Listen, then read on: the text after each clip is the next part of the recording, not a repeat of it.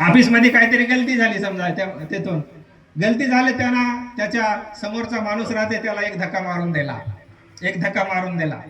धक्का मारून दिल्यावर ते समोर गेला. आता मोठा माणूस राहिल्यावर त्याला काही म्हणा येत नाही ना, कोणी बी मोठा ऑफिसर राहू द्या, कोणी बारक्या ऑफिसरनं काही गलती झाला तर काही म्हणा येत नाही, त्याला बिचारायला ऐकायला लागते. अटेंडर राहिला, मोठा माणूस राहिला, गरीब माणसाला काही म्हणलं तर मुकाट्यानंच ऐकून घेते ना, तसंच ऐकलं. त्यानं धक्का दिला, त्यानं निघून गेला, त्यानं त्याच्या घरी गेला. घरी गेल्यावर त्यानं आपल्या बायकोवर राग काढला, तिला तरी काहीतरी म्हणला आणि एक धक्का मुक्का देऊन टाकला बाईला.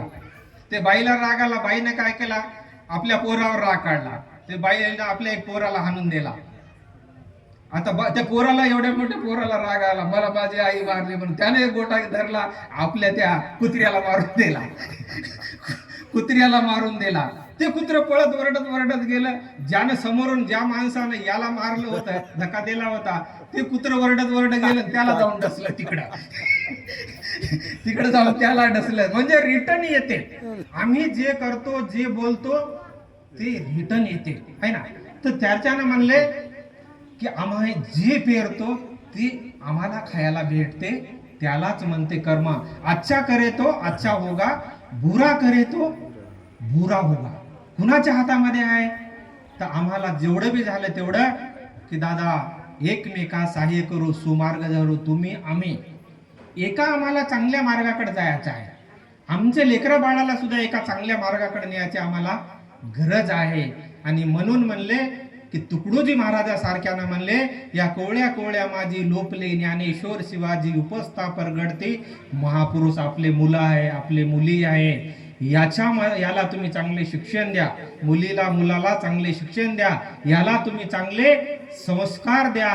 तेच आपल्या घराचे फाउंडेशन आहेत. आपले मुलं, आपले मुली आपल्या घराचे फाउंडेशन आहेत.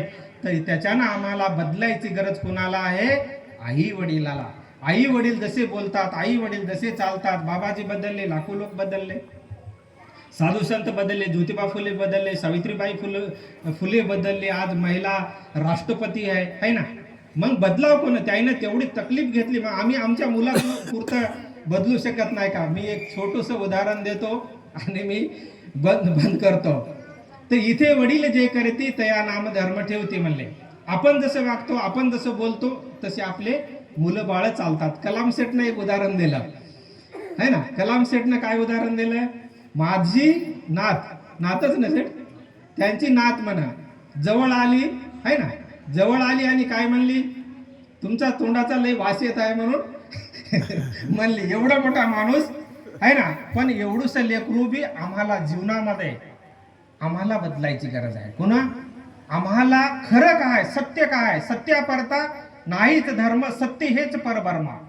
सत्य जर असेल ना, कोण्या समाजा आहे, कोण्या जातीचा आहे, ते बाई आहे की पुरुष आहे की लेकरू आहे, जर खरं बोलत असेल ना दादा, आम्ही त्याचा ऐकावं. खरं जर बोलत असेल ना, आम्ही त्याचा ऐकावं. त्याच्यानंच म्हणला ज्योतिबा फुले, सत्यापरता नाहीच धर्म म्हणला.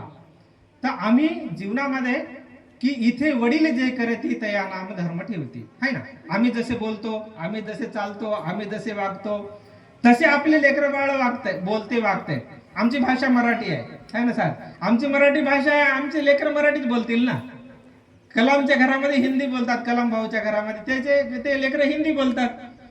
तुम्ही आता भगवंतराव सर तुम्ही गोंडी बोलता येतं, ते तुमच्या घरामध्ये लेकरं गोंडी बोलतात. मग तुकाराम महाराज म्हणलेलं बरोबर आहे ना, इथे वडील जे करते तया नाम धर्म ठेवते. जसे वडील आई बोलते तसे लेकरं बोलते, तसे वागते ना. मग इथंच आम्ही काय बोलावं, आम्ही कसं वागावं, आम्ही कसं चालावं, हे कोण निर्णय करावं? माय आणि बाप. कोण? आई आणि वडील. पहिले लेकराचे गुरु शिक्षक, आणि गुरु कोण आहे? आई आणि वडील. हे दोनच शिक्षक आहेत पहिले. फर्स्ट आपल्या लेकराला आम्हाला बनवण्यासाठी. ते एक उदाहरण देतो मी, कधी बी ऐकलं तुम्ही की एका शाळेमध्ये